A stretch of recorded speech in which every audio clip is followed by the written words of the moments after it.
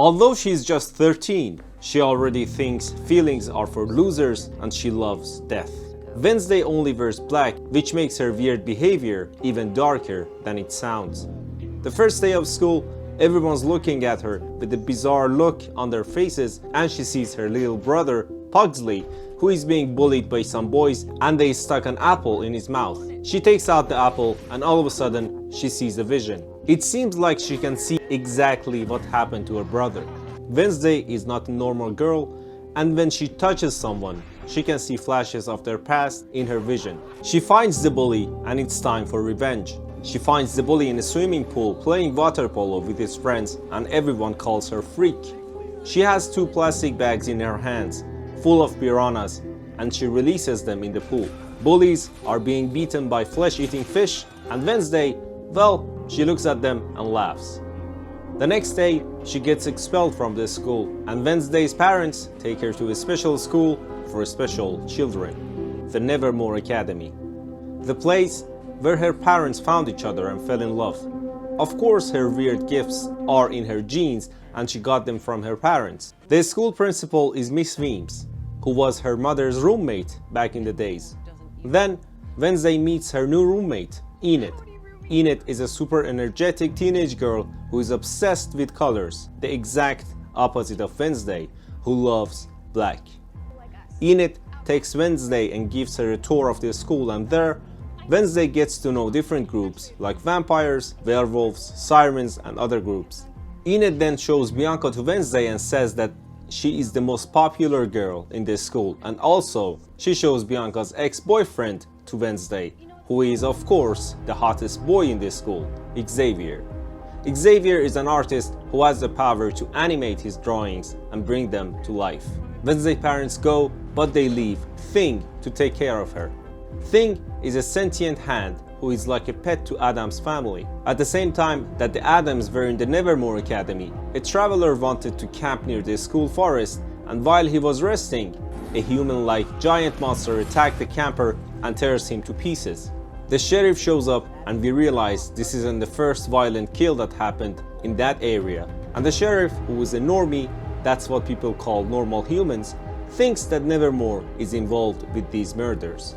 Wednesday then goes to the fencing club and sees Bianca there, and she challenges her to a match. After some time, their score is a draw, and Wednesday suggests a bet. They take off their masks, and whoever draws the first blood wins.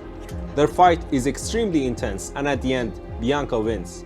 Then, Wednesday goes to infirmary to patch up her wounds, and there she meets Rowan, who is a shy student at Nevermore. When she leaves the infirmary, a giant gargoyle falls off towards her head, and Xavier saves her. Now she knows that there is one or several people at Nevermore who want her dead.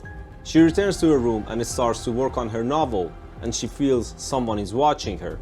So she looks around and finds Thing.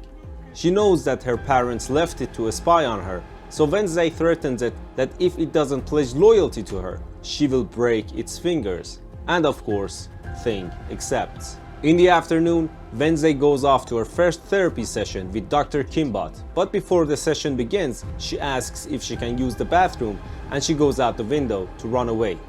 On her way, she bumps into a pickup truck driver, and she has a vision again. The man will die in a few hours. She doesn't say anything and goes into a coffee shop, and there she meets Tyler, who works there. The espresso machine is broken, and Wednesday helps Tyler to fix it because she can read Italian from the manual. Tyler offers to help her because she fixed the machine, and Wednesday asks him to take her to the train station, but Tyler says that she has to wait for his shift to be over. Wednesday sits and 3 boys enter the place. They insult Wednesday and she ignores them at first, but after a while she can't take it anymore, so she gets up and kicks their asses. Principal Weems comes into the coffee shop and takes her with her. When they are returning to the school, Wednesday sees the pickup truck that she saw in her vision on a crash site and tells Principal Weems that the man is dead. At night, Wednesday calls Tyler from Enid's laptop. She got his phone number. She asks for a place to meet because she still wants to run from Nevermore. They see each other, but those 3 bullies at the coffee shop are there for revenge. They change their course, but Wednesday bumps into Rowan and she has a vision again. Rowan will die in a horrible way really soon.